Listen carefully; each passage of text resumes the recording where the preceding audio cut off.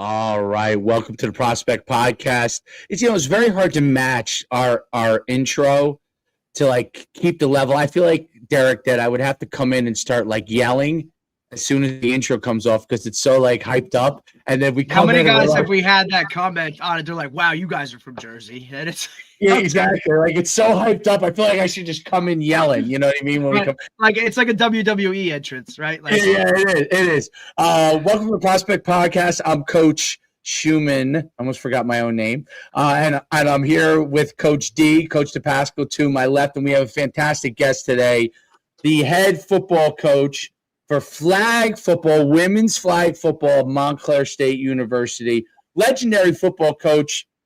I'm not talking flag, but regular football in his own right, Coach Kelly. We're excited to talk to him about like I would say the fastest emerging thing in all of football is women's flag football, and we see it a little bit down here at the youth level where we started running a flag football program for the youth boys and girls, and we got asked if we could add girls. The very first year we did it, we got asked if we could add girls, and we did.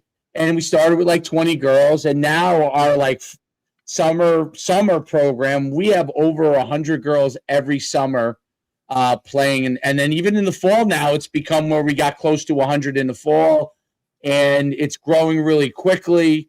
The NCAA is definitely going to start to embrace women's flag football as a whole. NFL has said that there's going to be pro leagues for both men and women in flag football. I know at the NAIA level, they have that national championship now as a actual full college varsity sport. So it's really great to see that Montclair State is really embracing it and bringing in a legendary coach like Coach Kelly to really go through all those things. Coach, it's great to have you on the podcast today to talk about this. Great to be with you both. Appreciate you having me. It's an emerging thing, but before we dive into the flag football part, just so everyone can know your background as a coach and what led you to taking over flag football. By the way, if you see me moving, my dog is hyper. I don't usually he's asleep next to me. I don't know if we gave him, some sort of stimulant or something. He drank some coffee. I don't know, but he's like pulling on me. So maybe it's the holiday spirit. Maybe it's the maybe the holiday. Maybe he thinks he's getting some extra gifts. So, but yeah, talk about your whole your career, which is legendary, and what brought you to Montclair State. I appreciate it. I don't know about legendary, but I know it's been lengthy. 36 years, 19 as a head football coach and 17 as an assistant. My career as a head coach started back in Clifton. Had some very successful years from 92 to 97. Then I went back to my alma mater over in Nutley from 98 to 2004. Then I was an assistant. It was a great experience. My first trip back to Montclair State from 2005 to 2012. We had a great run there. Couple NJAC championships, a couple NCAA tournament NCAA games. Lost a tough game out in Mountain Union. I remember it was really a great experience here being at Montclair for the first time. And then I took over a program at Colwell University, the sprint program. I don't know if many people know what that is, under lightweight football. So some people know what it is. We were there. I was there for 5 years. We lost 2 championship games to Army, which were was a real great accomplishment. We had a great winning percentage in the last couple of years. And then I'd be honest with you, I was gonna. I saw this when you say transitioning to the flag. I saw this growing in my local town. In my local town of Nutley in Essex County, there was a lot, just like you said, a lot of young girls playing the game. And I was involved in our feeder. I've been involved in our feeder program in Nutley for years, since I was a head coach, prior to and afterwards, because I always like to give something back to our community. And I saw that there was a lot of girls involved. And then I was invited to a Quest Diagnostics, one of our local, actually one of our adults that was involved in our feeder program, Ethan Medley. He's the Giants community engagement coordinator. And he invited me to a flag football clinic over at the Quest Diagnostics. And I just was really knocked on my, heels as far as the quality of young ladies that were playing the game and what they were doing. It wasn't, and don't take this the wrong way, it wasn't walking into a phys ed class or a bad phys ed class. It was young ladies with a skill level and trying to play at a high level. I mean, Eli Manning was there. Not that he wasn't the deal breaker, but my point is there was some important people there trying to teach the game to young ladies who were really embracing it. And then as I saw this, I was reached out by a couple other locals here in Essex County to run some clinics. I actually ran a clinic over in New York State at St. Joe's of Brooklyn, which now has a collegiate program. And then I met with some people here, in the Northern New Jersey football circles, Benji Wimberly up in Passaic County. We talked about the emerging of flag football. And also talking to Rob Chesney, our athletic director, we talked about it. And it still was in its infant stages. But then fast forward to last spring, we started a club program here.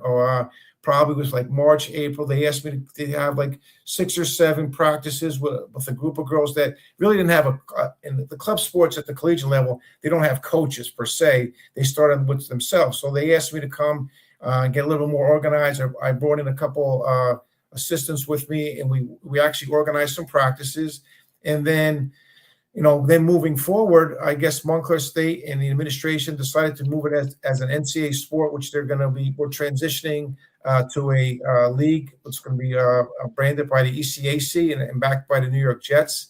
And we're going to be playing anywhere between 14 to 15 games this coming spring. So we're transitioning from a club sport into an NCAA sport. When I'm excited to lead this endeavor, and the culture and the administration, everyone here is very excited about the product to come.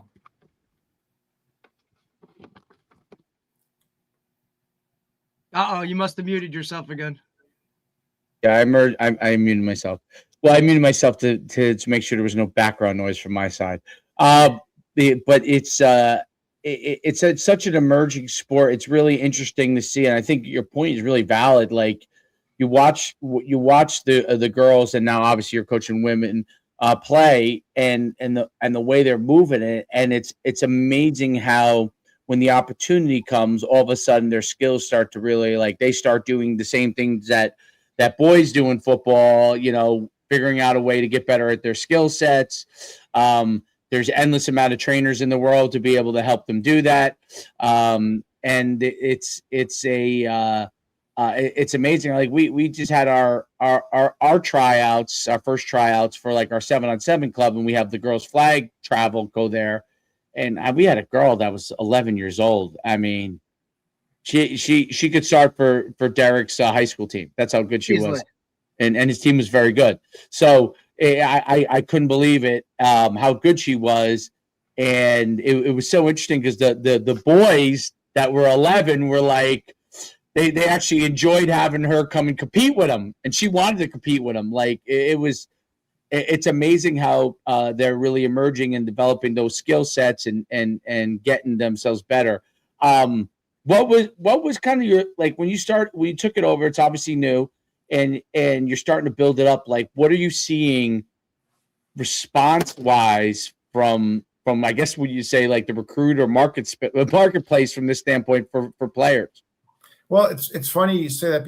I just want to backtrack on something you said because prior to me taking the position or moving it from club to transition to NCAA, I talked to Roger Cutlars, who's Roger was at Wayne Valley, now he's at Marist, and very successful. And also Brian O'Connor up at Mount Olive. These are two very successful, men's traditional football coaches. And they talked about, especially Roger talked about when you meet with your team. We all meet with our teams, no matter what sport it is, and it's a blank sheet of paper. Well, in this case, you're talking about young ladies. I walked into a club team not knowing really the skill level. And there were some girls that were here that were going to school here that had played in the North-South game. The Phil Simms game now has a North-South game, and they played in that played in there. And there were some girls that were athletes in their high school careers, but not flag football players per se, or maybe had 1 year. So everyone had a different level of skill level. And then now all of a sudden I'm trying to install an offense, and I'm trying to, and there was no greater, the satisfaction I'm getting is seeing girls that are taking their skill levels now and then increasing their football IQ. And whether it be on a Zoom call or like this, or maybe through our team chats, we have young ladies that are watching NFL games now, looking for hots, looking for the coverages and recognizing that. And that's probably been one of the biggest, senses of accomplishment right now, because we haven't really played any games, but just see us moving the needle from girls that are starting to understand the game and they're able to implement their skill level on the field, and they make it to another level. It's incredible. It really is incredible. The amount of participation that's going to continue to grow, the amount of not just recreation, which is starting to grow, but there already is, I feel like travel's ahead of the number of recreation players. Like, a lot of kids have jumped right in, girls have jumped right into travel because there wasn't recreation programs in a lot of places, but that's starting to, it's kind of a weird thing where that got ahead of recreation, because in the beginning you only had so many girls that wanted to play, right? Probably a girl that was a really good athlete in another sport, and they had some interest in football, or had a brother that played football and they wanted to do it. So travel got ahead of recreation, but that's why we built this recreation component. But I noticed everybody else follows, in Middletown, the first in Middletown to have a recreation team, league. Now Middletown AYF has their own girls thing.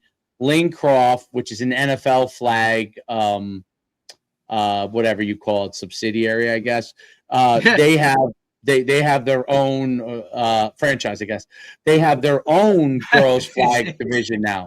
So it's really incredible how that in a short time, what you basically need in each area is a guy like you know what I mean, guys like us that go and say, you know what, I'm just going to go do it and deal with the fact that the first year I got 15, 20 girls, and figure it out that it's not going to be the perfect system. But once you start to do it, you start to get more. And once you get that pool of girls to start to play, we have girls that have been in it since the first year. I was watching them play. They're now they're very upset because we go up to 12. We go to 14. My kind of theory was, when they go to 14, you have girls that starting to focus on a sport. And the ones that want to play flag probably will have to go to travel. That's why we kind of started travel too, because those older girls are going to have to go to travel, because we may not have as many in the rec area. But those girls are heartbroken. They're like, can we play again? I'm like, well, if we get enough, I'll do 14 for you guys at rec. But they've been doing it for 4 years. So they've been playing it. And I started watching them in the 12U this year for the 4th year of them doing it.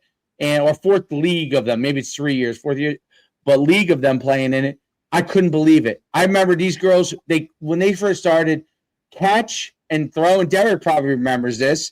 Derek was running like the Maryland Eye with them, because in the beginning, a lot of girls couldn't, right? They were having a hard time pulling flags, or were having a hard time catching, and you get a girl who could run, it was strong, you get some yards.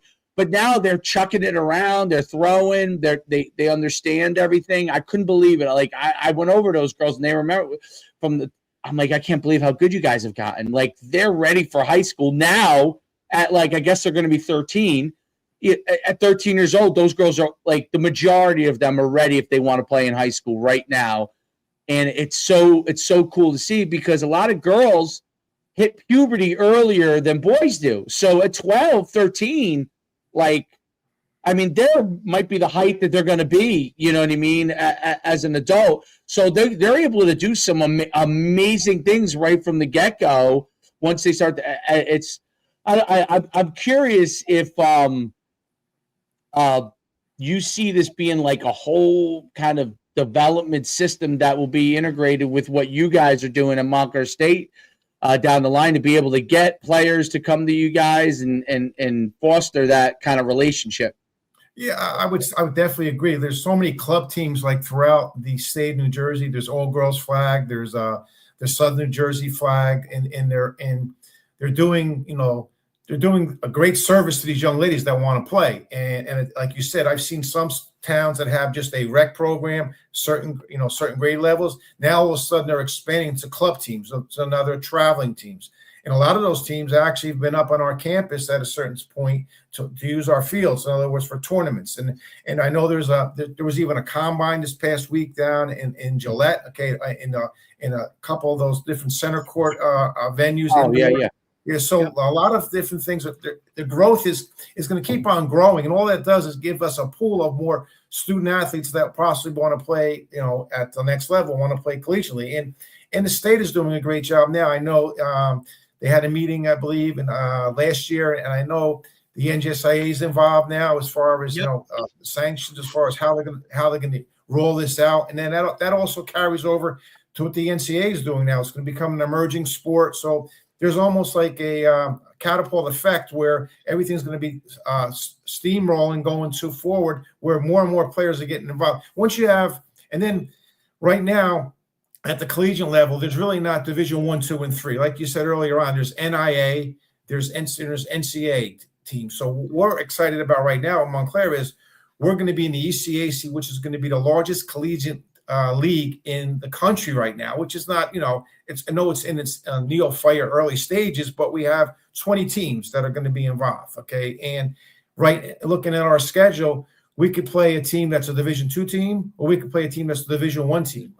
Locally, Staten Island's a very hotbed for flag football. And THT out there does a really good job. Yeah, we're playing Wagner later on in the season. That's one of our big games later on in the season. But we're excited about that because we see the growth. I think it's just a matter of time before.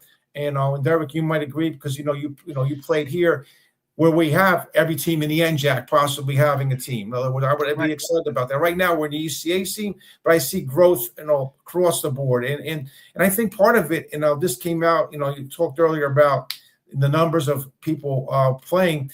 They say the viewership for the NFL Super Bowl is 48% female now. So, and I don't know there's some correlation with that. And then if you watched, and I think it was this previous Super Bowl, not last year's Super Bowl, there was actually a flag football commercial during the actual Super Bowl, if you remember that. Yep, all these things add up to the growth of the sport.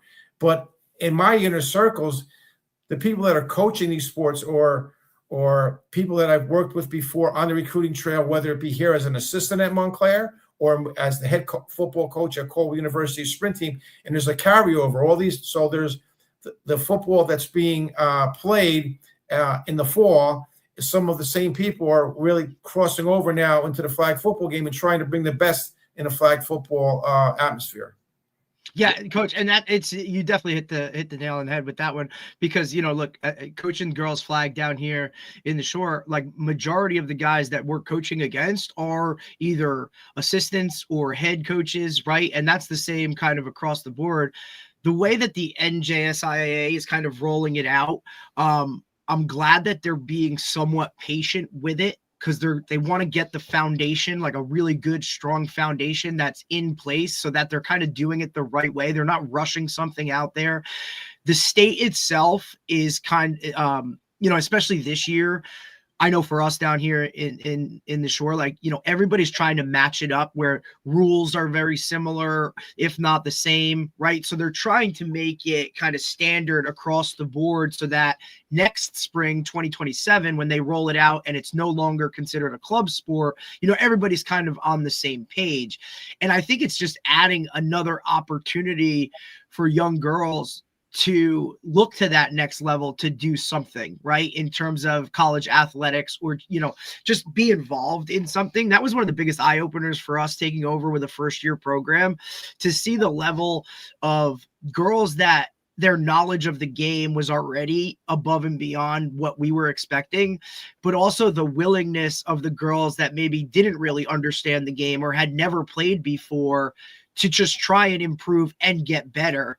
And throughout the season, it was phenomenal the way it was structured where, you're playing 4 quarters of a varsity game, but you're also throwing 2 quarters of a JV where those younger girls that really younger or just inexperienced didn't know it could get it and kind of understand it. And now you saw that growth and it's across the board, right? Because look, the competition level, yes, everybody wants to win, everybody wants to go to the playoffs and do all that, but for each of the girls to kind of understand it, and then all of us working together, whether we're opponents on the field or whatnot, like that, I think too, the network of let's grow this all together is something that for you guys at the collegiate level can only help, because now, across the board, everybody's trying to improve it. Everybody's trying to structure it the right way so that you can literally come in just like boys, recruit, know what it is. Like I said, that North-South all-star game where you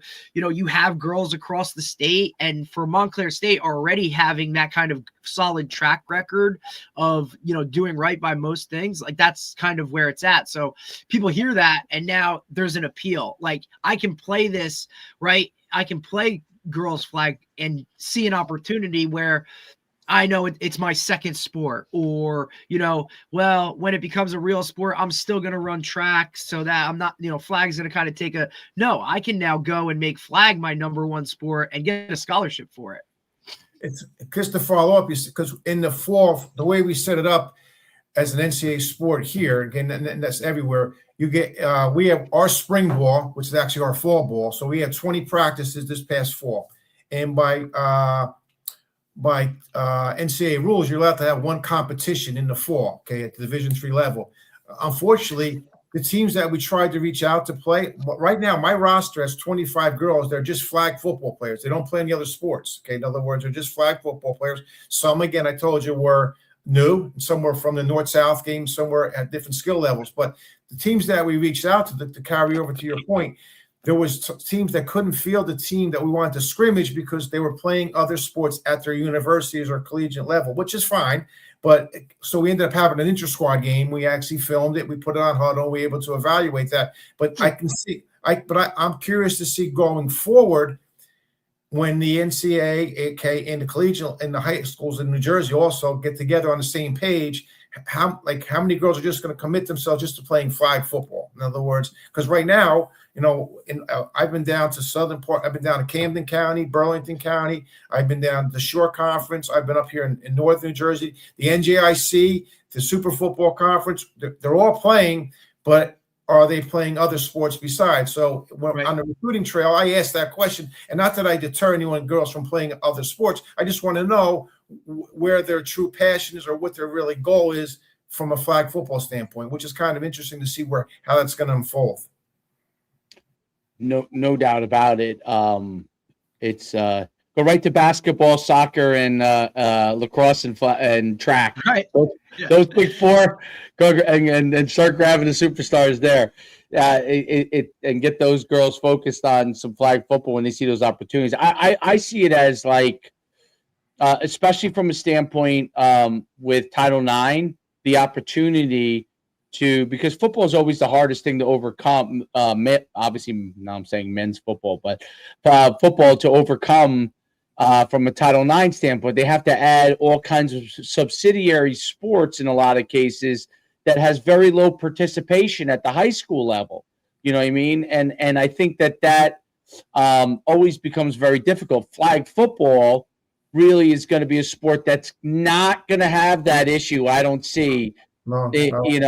You're going to have plenty of participation. You're going to fill whatever they decide to have as the number of roster, limits at it. You're going to be able to fill that with quality players, and you're going to be able to backfill that with high school players that are coming through that'll be quality players. So, I hate to pick on Crew, but like, how many people have Crew in their high school, right? So all these Division I schools that have Crew, they're literally, that's how you get like those. If you remember a few years ago, that crazy whole scandal where people were like paying to be able to get their kids to be like a roster spot person, because in some of those sports, they were really, it made some sense for universities to like let them pay them, because it was like, we need to fill this spot for Title IX because we're trying to make up for football.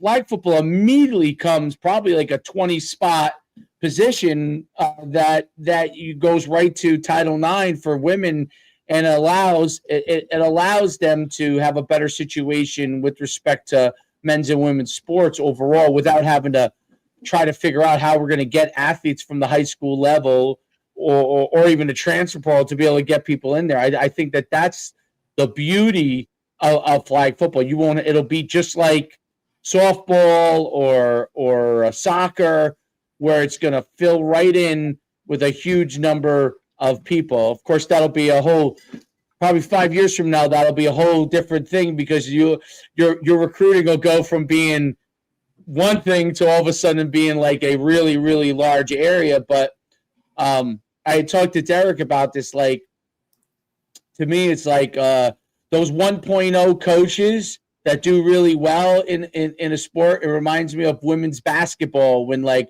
first there was Pat Summitt, the Louisiana Tech coach, and Vivian Stringer, and they became legends because they jumped right. They played themselves, jumped right on that opportunity, and built programs that were, for a long time, until Gino Ariema came along, were unstoppable, right? And Gino's like the 2.0, and he's still unstoppable because he's really, it's really just a second generation. It's like the equivalent of, when Newt Rockne led Notre Dame in the 1910s, right? Like, that's very new. That's allowed. He learned the forward pass, and that made Notre Dame and himself into a legend. That same thing with Pop Warner, right? Those kind of. So I think that those coaches that embrace it, programs that embrace it, have the opportunity to get a leg up, and it's amazing that Montclair State has really like jumped into the fray from that. I love it. Right. Yeah. Like, and because of not only coach's connection to the area itself, not just Essex County, but Dave, like, you understand, how the network within it works, right? So they see Coach Kelly's name on it. Like, that adds an appeal right away. There's a level of, okay, this is going to be done right.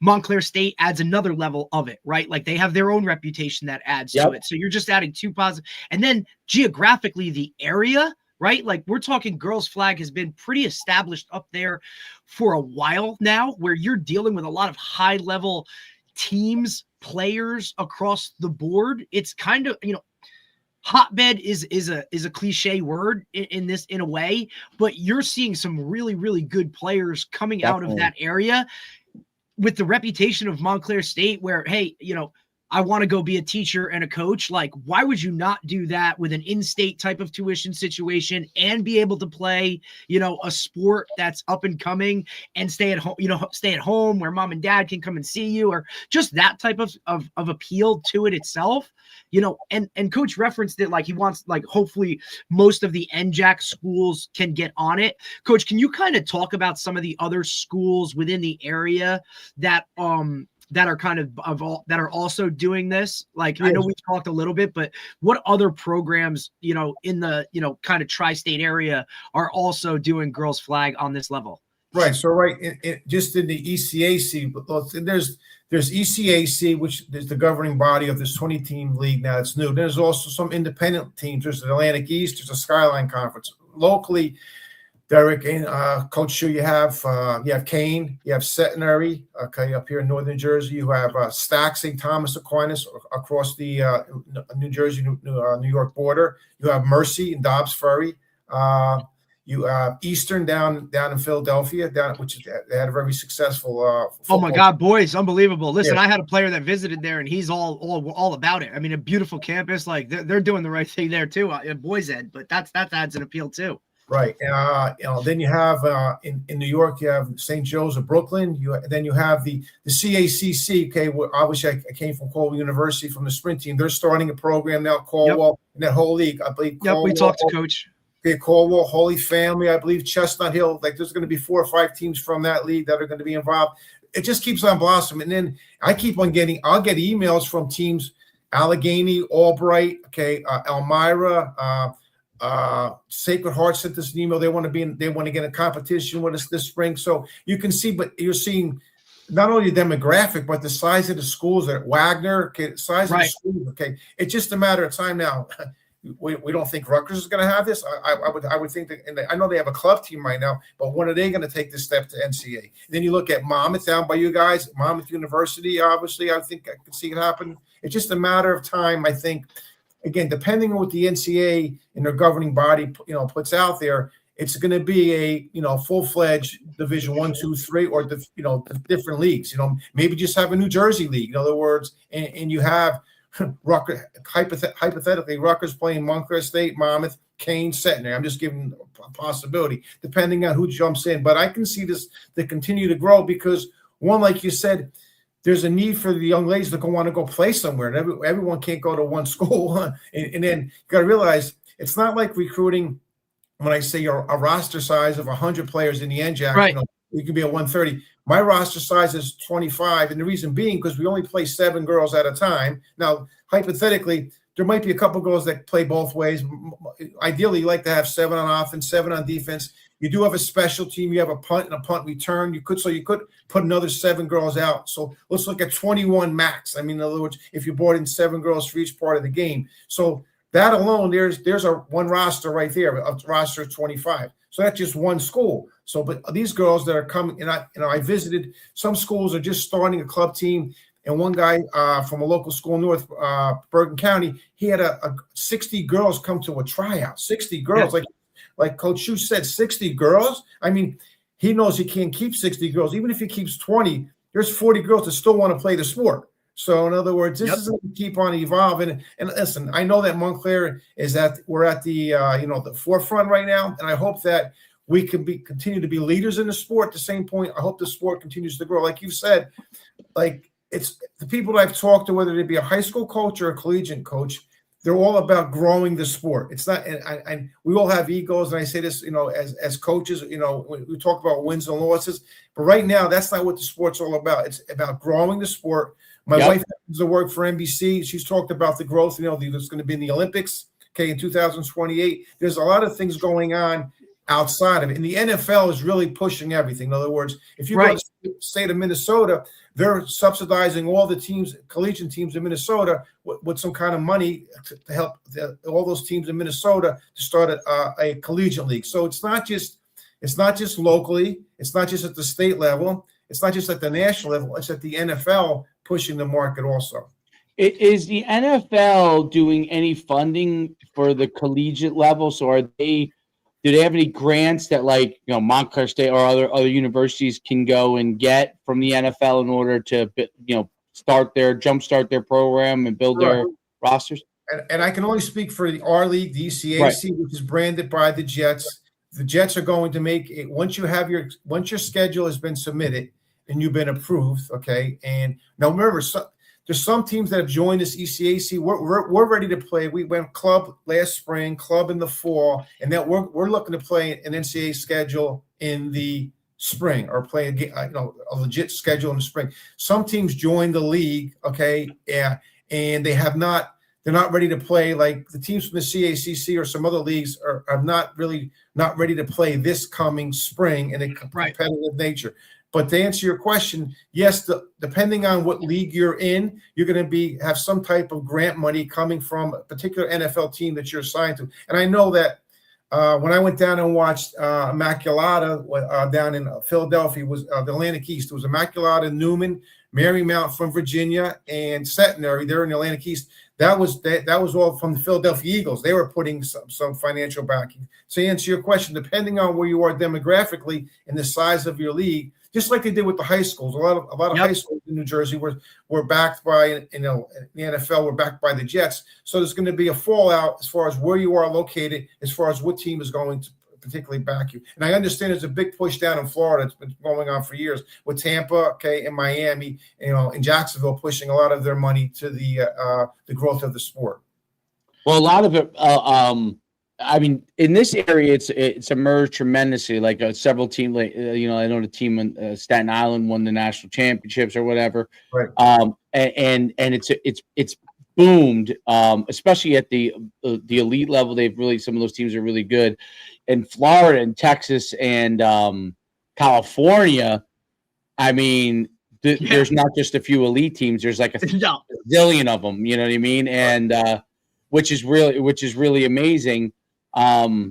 Because they were so ahead of the curve on it, but the Northeast is probably next after those three, and I kind of grouped the Northeast a little more because obviously there's not as much population as the whole state of Florida, or the whole state of Texas, or the whole state of California, but the Northeast as a whole has really been like the fourth place that has really embraced it, and I'm certain that Chicago Midwest area is probably the fifth, where that is starting to really boom. But it's amazing, and the upside is like just phenomenal for the women to be able to do that. What are some of the things that you really like enjoy about working with? So having worked with obviously male athletes for so long, and now working with female athletes, what are some of the differences you see, and what are some of the things that you've enjoyed in coaching flag football? Because you might have some coaches that probably would enjoy to do it, but think, I don't know how to handle female. I've only coached male athletes my whole entire life, type of deal. Well, it's funny you said that because I was a varsity football coach at the high school level for many years, but I was also a softball coach, in the spring. So I coached varsity level, JV, and freshman. And I say this, that I felt comfortable coaching young ladies and understanding that. But taking it back to the football field, the enjoyment is like I touched on earlier. There's different levels of understanding the game, and when you see them go from point A to point B to point C, whether you put in an offensive formation or put in motion, and I'm a big shift guy, and I'm shifting, and you see them understand that, and to see them accomplish something, and actually want more. In other words, they want more. Yes. We're in winter break right now, and girls have been texting me, Coach, where can I go work out? Like, they want to work out on their own. And some of them are South Jersey girls, some of them are North Jersey girls. They just want to go out and work out because they want to make their craft the best they can. I think that's some of the enjoyment is they're hungry to actually, improve the product for themselves as individuals, but also in a team culture. They want to make our team better. So I think that's something, not that you didn't see that. We always see that as, on the reg, when I say, or traditional football programs, but to see this young ladies, because it's so new, they understand that when we compete in the spring, most of the teams that we're competing against either have been first year, second year, third year programs. They want to make sure they're ready to compete at a high level. I think that's the most enjoyable thing. They want to make sure that they're ready to go and be competitive. And that's, I think, something. When you see girls compete and they're competing with each other in practice, and they're competing, and like you said, getting better every practice, those are some of the rewards, that come back to any coaching. No matter, it doesn't matter, I remember, we've all been on interviews where they say, well, you're teachers. We're teachers of the game. So we're teaching them a new game, and a new way to do things. And it's kind of interesting to see the transition from someone that really didn't know. Now all of a sudden they have an idea. Now they want to be an expert. In other words, and that's something right. That as a coach, you feel you kind of embrace that challenge. And when they're embracing the challenge, that I'm embracing this challenge as a new coach of a new program, and trying to put it in a place where it can be successful. No doubt about it. It's an amazing thing. Talk about like what you think are some of the important steps that are necessary for your program, I guess, first and foremost, to like continue to build, and then other programs that might be starting in this process. Yeah, I think that no matter what sport you're coaching, especially at the collegiate level, and probably the reason why we're talking right now is about relationships. It's all, no matter what we do in our life's journey, it's about building relationships. And right now, I've taken some of the inner circle relationships that I have with just the traditional men's football program and transitioning that over to the female coaches that are the flag football coaches that I know. And next thing you know, I think that you have to put yourself out there and let you know that you want to be in a situation where you can help the young ladies become, obviously student athletes, play collegiate sport at a high level, but also prepare them for after college. So in other words, Montclair State, as being here as an alum, like both of my daughters went to school here. They're both, one's married to an alum, one's engaged to an alum. The institution itself, and I think it's important that people understand that you're going to have to create an environment and a culture on the field and off the field where young ladies understand that flag football is the vehicle that we're talking about, but what the sport can do for them when they're done also. I think that's important, no matter where you're starting the sport, that it's going to be about flag football, but what is your institution going to do afterwards, after flag football is over? I think that's a key component. Like, what are you going to do from that process going forward, and how you continue to build, and the commitment levels to it too, right? Because eventually it becomes a resource thing. It's one thing to get grants and to get started, but like continuing to use the resources that you have, and then to be able to build resources, because it will. As I think it's going to become obviously very popular very quickly, and with that becomes, oh wow, in order to be good, like just like you said, the women are starting to ask, like, where could I go, who could I train with, how do when I'm not here, like what can I do in order to get better, and in order to do that, I think that eventually it becomes a resource thing, right? Like all of a sudden you'll turn around and you guys have a fully committed, coordinated strength and conditioning off-season program, type of deal, like really, really quickly, that because the athletes will eventually be, this is what we want to do in order to be good, right? And obviously that becomes a resource component too as well. But it's very, very, it's very interesting because when you cited at the beginning the NFL statistics about the amount of females that are watching football, like being 48%. And I think that the NFL, obviously, which is always looking at these, from a business standpoint, always going to be looking at these analytics and these numbers to try to figure out how can I get more fans in the long run. To me, ultimately, that's a big part of a lot of for the NFL product, like by building flag football, having professional leagues. I'm sure they're trying to build that. But ultimately, what it does is keeps them involved in the NFL product, right? And keep them enjoying, which is obviously their biggest probably cash cow of all by far, is the NFL product. And so doing these outreach and these community programs and helping be able to build the structure of that allows for that part of it, because ultimately that's one of the things that I think has been so big.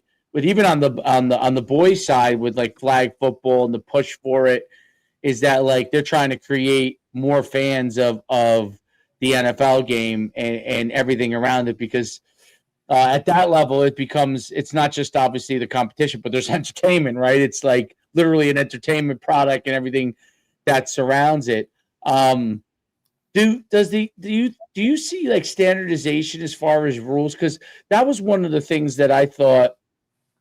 Because I remember when Derek was describing to me how the rules are for New Jersey, right? Now, NFL flag rules are different from that, and they have their own rules. Obviously, they have their own championships or whatever they do. Ultimately, for the success, like I think what makes regular football very successful is that at the NFL level, these are the rules. At the college level, these are the rules. At the high school level, these are the rules. And then if you go all the way down to youth, for the most part, there's similar rules. Youth is probably the only one that there's maybe a little bit of variance from league to league. But really, pretty much there's a phenomenal standardization of the rules, right? And that standardization creates, in my opinion, more participation, because everyone knows what they're getting product-wise, all the way up, and they know how to adapt over time. Like I know when my kid moves from 11U to 12U in football, this is what the football size is going to be, right? I know when he goes to high school, this is what the football size is going to be. College, this is what the football, NFL, this is what the football is going to be. This is the rules of the field. This is how wide the hash marks are. These are the downs we're going to use. These are the number of players on the field. Do you see that as becoming something that's really, really important in order to grow the sport?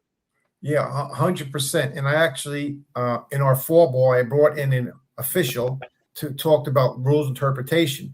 Even in his presentation, he gave his interpretation of the rules, and he said, but these are subject to change. In other words, right. I think for this to happen, for let's use New Jersey alone. New Jersey, if I go recruit New Jersey, I went and watched many games during club last year in May, and I saw the Northern New Jersey playing, and I saw the Southern New Jersey playing. Then I went to New York State, which is over. I went to Tappan Zee, right over New York State borderline.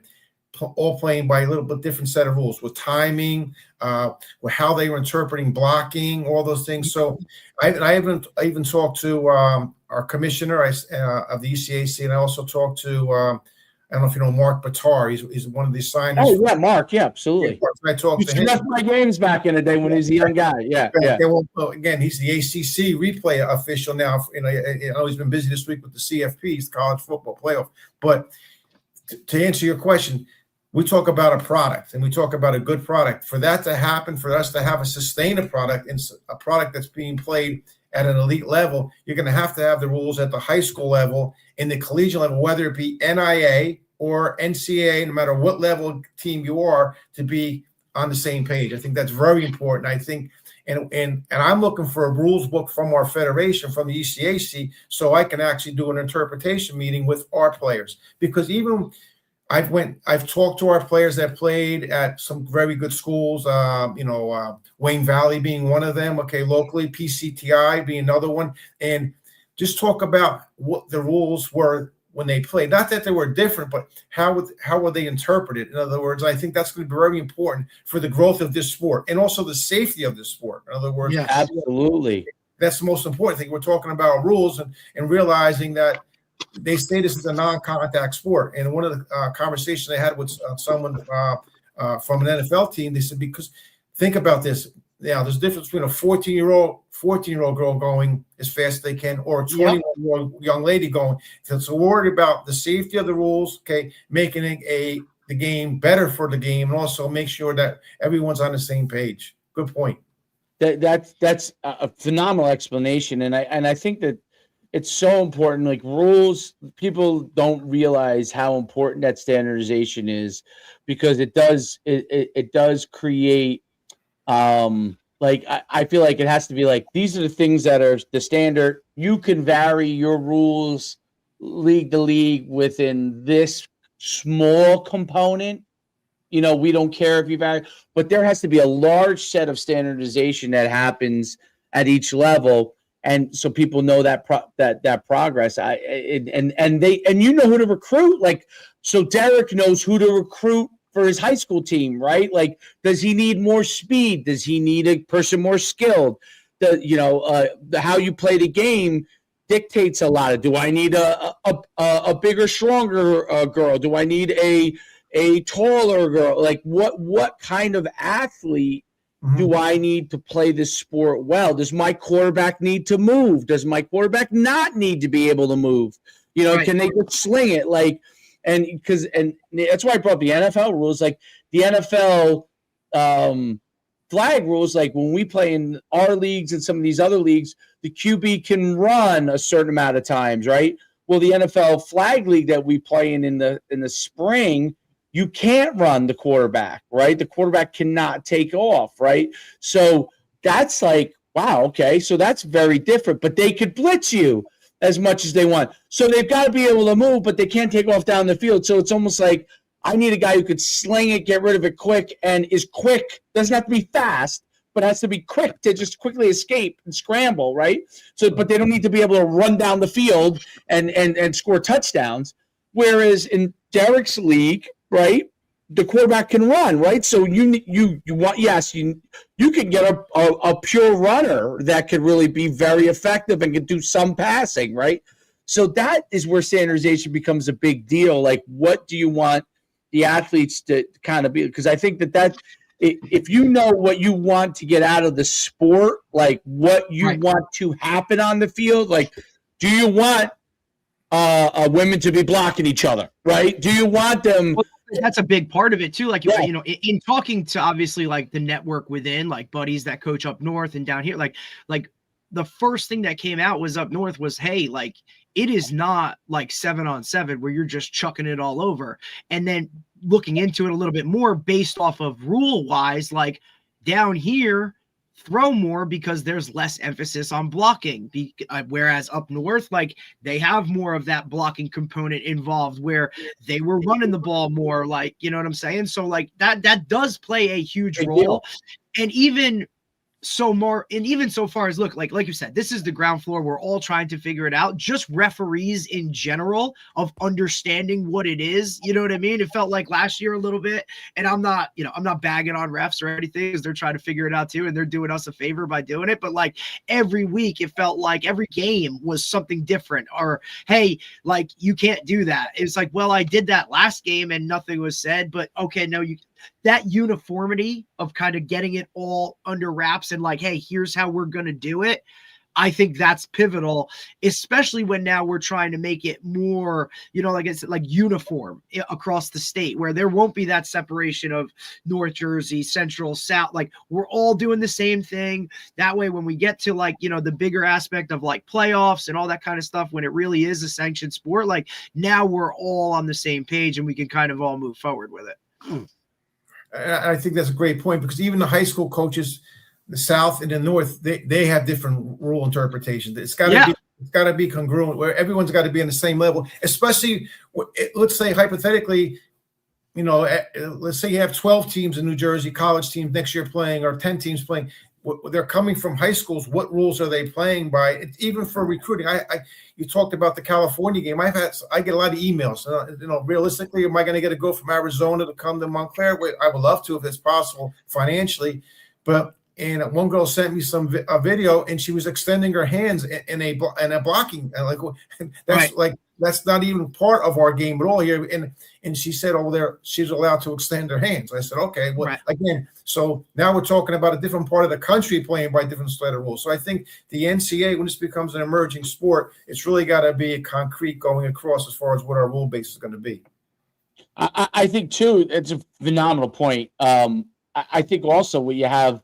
But Derek brought up a great point with the referee thing. So, and the only reason I know is because we just experienced it with our own referee group that we work with a lot with our 7-on-7 and flag stuff. Those guys, they didn't do 7-on-7 until we kind of gave them 7-on-7. But the football guys, the regular football guys, do really well with 7-on-7, right? Because it's similar to football rules, other than you're just passing, right? So it's not hard for them to. Flag is a completely different ball game. Totally different. The football guys can go do 7-on-7. I noticed the flag guys can go do 7-on-7. That's easy for both groups to kind of learn those rules. But the flag guys to go to tackle is very difficult.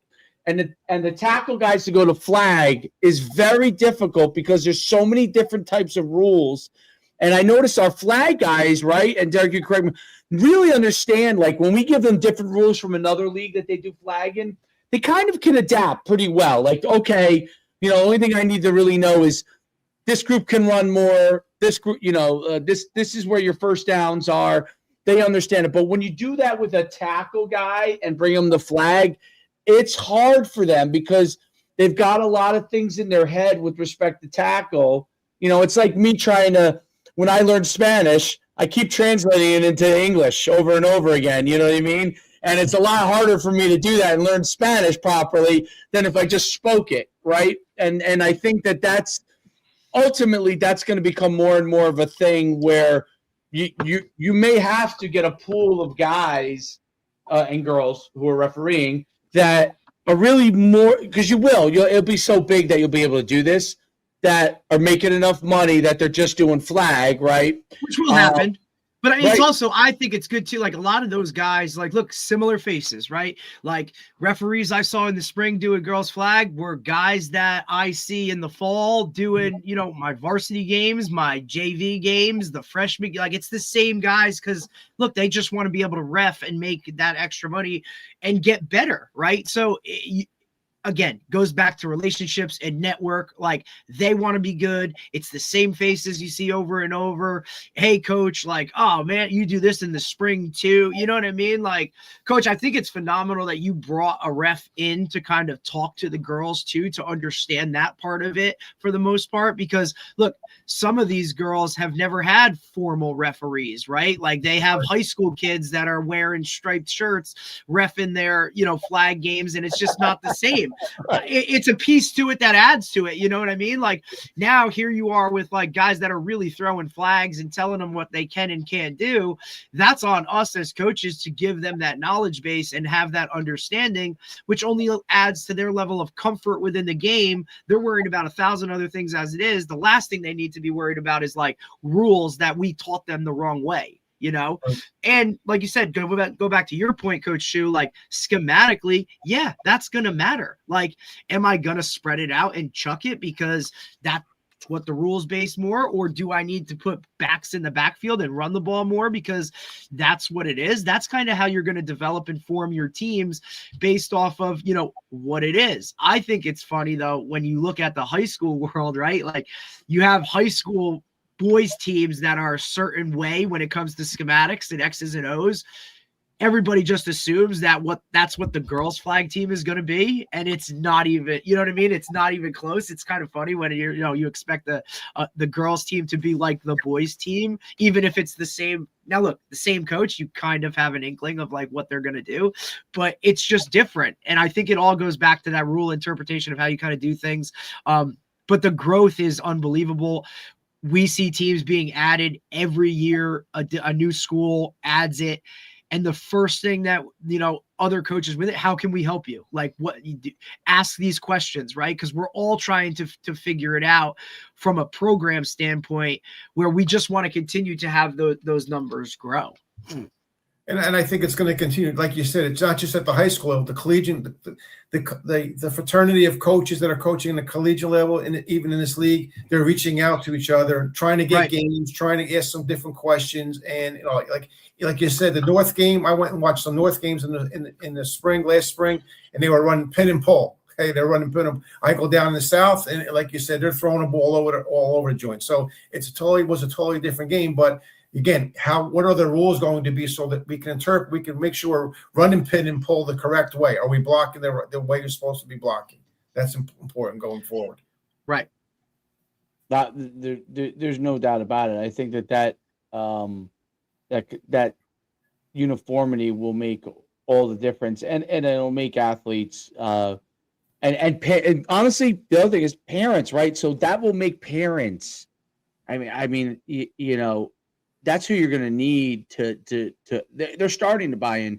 The girls are the thing that's built it so far. Are girls turning around to their parents and saying, "Hey, I want to do that." I think that's how it's gone so far.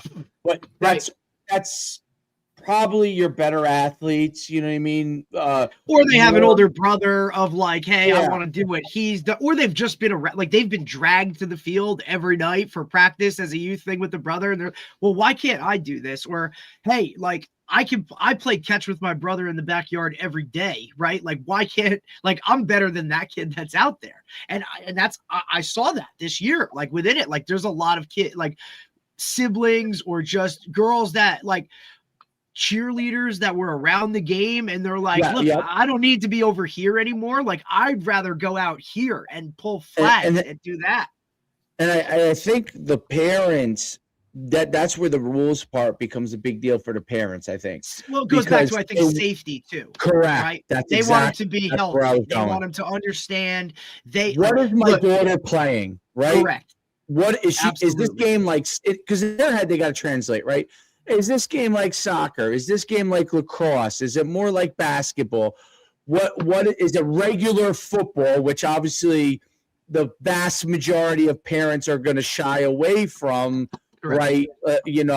Unless they have a really like strong physical daughter, they're going to shy away from initially, right? And so that's also where the rules, the parents going and turn around and saying, you know, if my daughter wants to be a flag football player full time, I'm cool with it. And because one of the things that we did notice is, at least I did notice this. I don't know if they're going, but the girls who are like a lot of our superstar standouts in the other sports they play already. So meaning athletes. They were great basketball, like at the young level. They're the best basketball player. They're the best lacrosse player. They're the best soccer player. And they're so competitive sports-wise, they see flag football and they're like, I want to do it. what we want to get is obviously those girls are slam dunks, right? I mean, there's no doubt. But we want to get these other girls who are really good athletes, like who may say to themselves, like, I'm not as physical as that soccer player is, right? But I'm a track star. I'm super fast. And I want them to be confident enough to go out for flag football and say, hey, you know what? Maybe you're when you go play receiver, it's not what you think. Like, you're not going to get lit up. You know what I mean? Come out for it. It's not.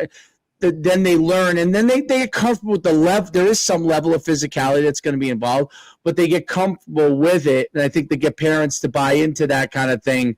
I think ultimately will really launch it into a whole nother world because to me, flag football, boys and girls, is very different than tackle football. And I think, you know, I've seen this in the tackle side of it at the youth level now, where sometimes it translates, meaning I'm talking about the boys side. There are flag football players that go right over to tackle. Phenomenal. Sometimes there are guys that are flag football players that, because of the physicality of tackle, like they're like, I don't know, like I'm a great soccer athlete and I'm great at flag football because I'm that kind of athlete. I'm that I like a level of physicality, but not an excessive level of physicality, right? So I've seen kids that are great soccer players be great in flag football, and you think, wow, but kid who's playing flag football that's a tackle football player is good at flag football, comes over to tackle, the kid's a stone cold killer, right? So it's there's translation and it relates, but not in all circumstances. And I think that's what's important too, to me, to differentiate the word football connotates a certain thing to people. And that flag football is football. They utilize a football, but it's not the same exact game. Like, to me, it's a conglomeration of basketball, soccer, football, lacrosse, all in one. You know what I mean? That's what flag football to me is.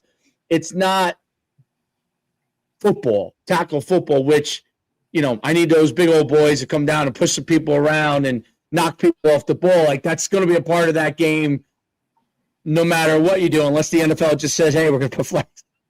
Which I don't know. Which they've already done with the Pro Bowl. Which maybe they will do anyway. I don't know. But you know, do you kind of agree with that? Do you disagree with that? No, I agree. It is two different games. In other words, it's a flag football is a collegiate sport, and it's not traditional football. In other words, but there are components, like you said, and you hit the nail on the head. There's a big component with basketball as far as shielding. In other words, setting what you would call a pick or a type of block. It was more like a basketball pick. Even if you were picking, and going back to Derrick's point about the rule interpretation, the official came in. He made a great point. If you have a blitzer coming off the edge, okay, your job as the back is to get to that point first before the blitzer gets her. The blitzer has to go around you now rather than going through you. Think about basketball, if they went through you, it'd be an offensive foul, it'd be a charge. So that's the correlation. So I thought, yeah, you're right on that. It's definitely a different sport. There's finesse involved. There's athleticism. There is some physicality as far as going after something, you know, knowing an angle and stuff like that. But as far as the physicality of traditional football, absolutely not. But in other words, scheme-wise, depending on what you're running, I've gone to games and people run the mesh concept. Yeah. So we could turn on the playoffs this weekend and see mesh. In other words, but there's a team that's throwing the ball. Then you have teams that are running toss, option, or counter. So all those facets as far as schematically, but the actual game itself is totally different from a men's traditional football game and a flag football game. Great point. Yeah, there's no doubt. Like I've run schemes that are like basketball schemes with my flag football team, where I'm running guys off and to create a space for a guy a little bit more like I would with basketball, meaning they're not going that far down the field to do this. Where on a pass, because your linemen aren't as much involved, so I could do some of that kind of stuff. Whereas if there was 5 linemen there, like I wouldn't be dropping a guy over the ball a yard and running the guy off and coming around, right? So It's really, really cool. So it's a combination of those kind of things. And I think that is the appeal that is the greatest appeal, in my opinion, to flag football. Flat out, it's fun. Like, there's no kid that goes and plays, no matter how much the competition is. And it's one of the only sports that I've watched, even though, with younger kids it's different, but in high school kids too, from a competitive standpoint, where you get in the championship game, at the end they might cry if they lose or something like that. But for the most part, even if you ask them if they lost, like, you could go ask a kid as he's coming off the field, did you have a great time?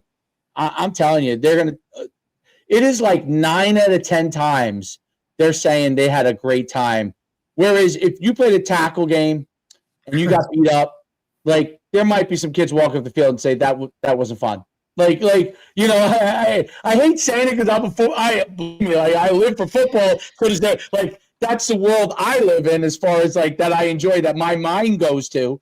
But I see it just when I ask kids that are going off, and I'll look at a score. Kid had a great time, smiling, right? I'm looking at the score and I'm like, oh my God, it was 40-12. They lost. This kid's walking off with a smile and a happy, because it's a different game. There's a different component to it. And that part is, I say, that's probably what the NFL sees too, is really great about it. Like, you're going out and competing, and maybe it's because you didn't get beat up, that you walk off and you're like, everything's still working, everything's there, and you had a great time doing it. So I think that's really interesting. It's a fascinating, really, really fascinating. And I think on the women's side, it to me is another way to lift up women, to give them an opportunity to feel really great about themselves, in sport, and it gives another avenue for them that is different, because that is another spot that makes up that Title IX thing, that they have a great time playing it. It's another avenue for them. It's another avenue for them to feel great about themselves. Where obviously throughout time, boys have had that avenue forever, and now this is another avenue that creates that. Any kind of final thoughts on that stuff, Jim? Yeah, and I equate that to right now. Carol Blazkowski, if you know, the Blaze. I'm at Montclair State University.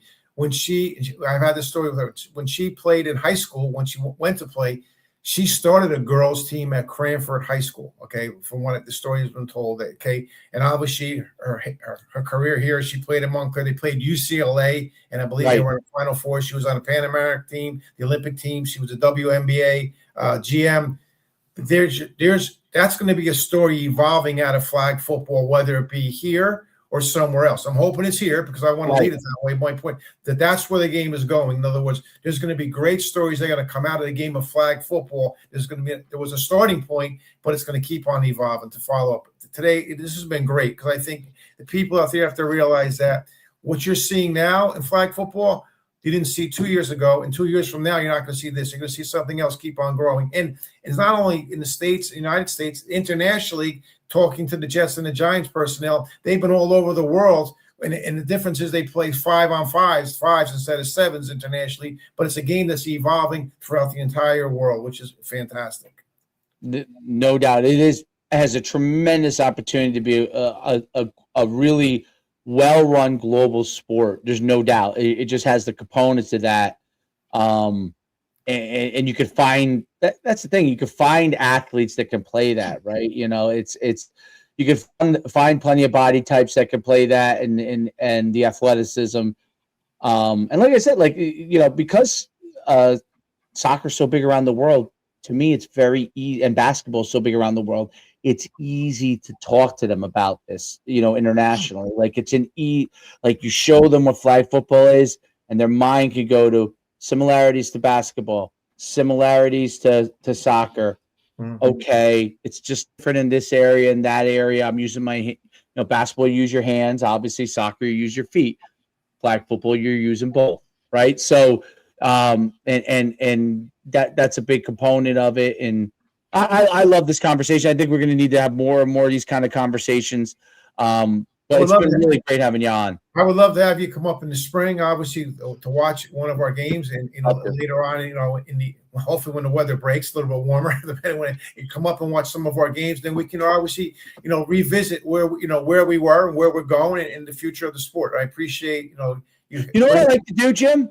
You brought this up. I'd like to, when you have your schedule and you think of a game that might be good for people to come up, I'd like to send it out to our girls, like that are and say, hey, listen, we'd like you to go see a college flag game so you could see what it is. Because I think quite a few of our girls would go as long as they don't. Oh, 100%. Right. I think boys would go.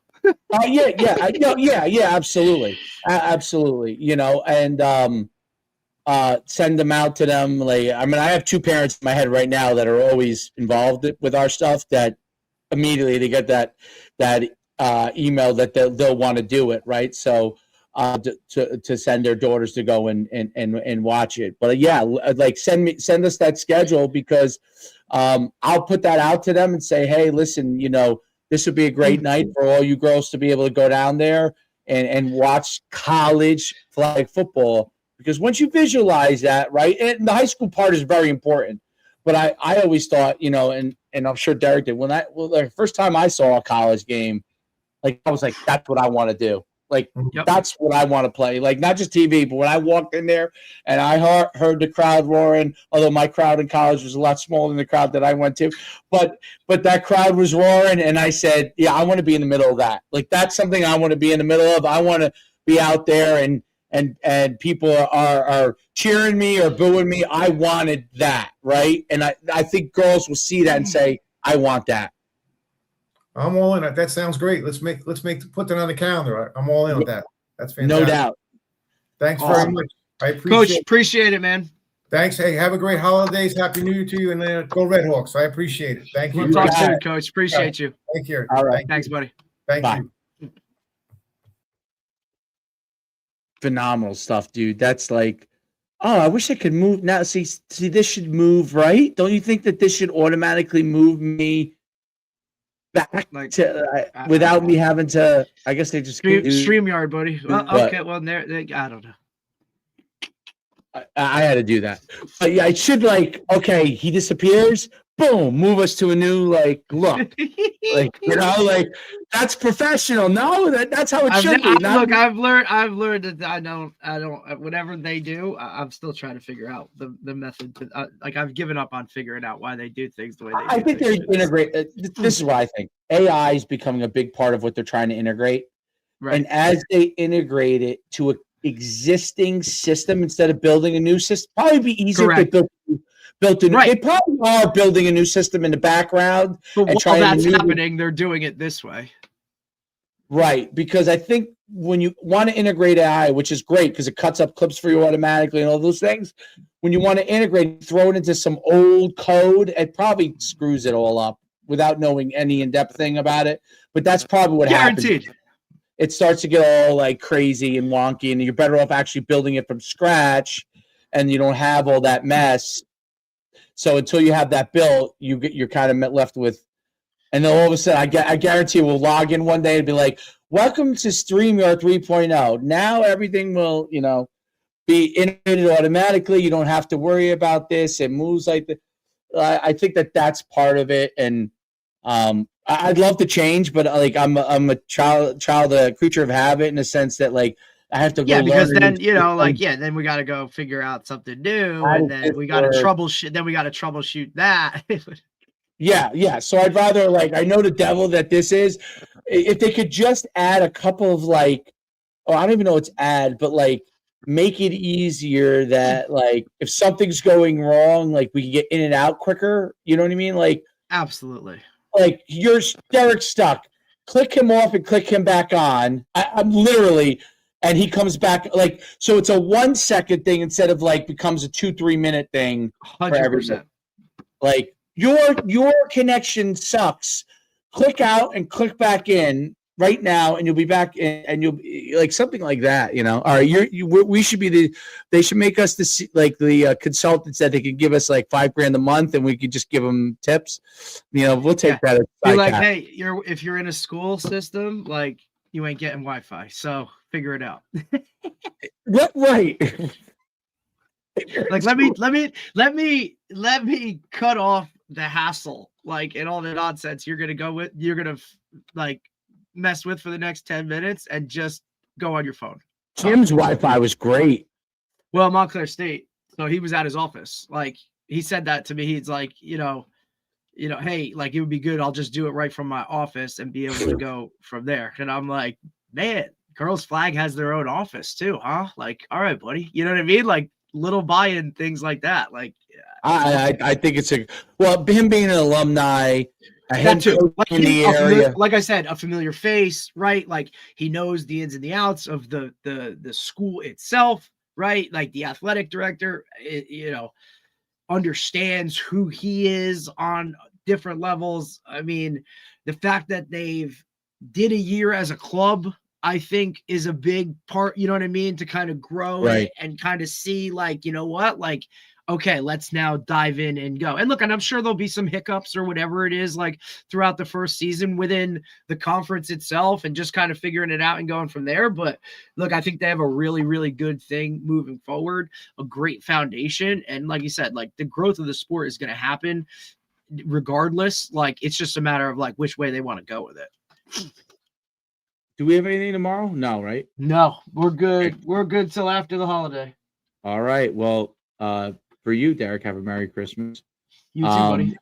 And everybody have a Merry Christmas, Happy Holidays, whatever you celebrate, enjoy it. And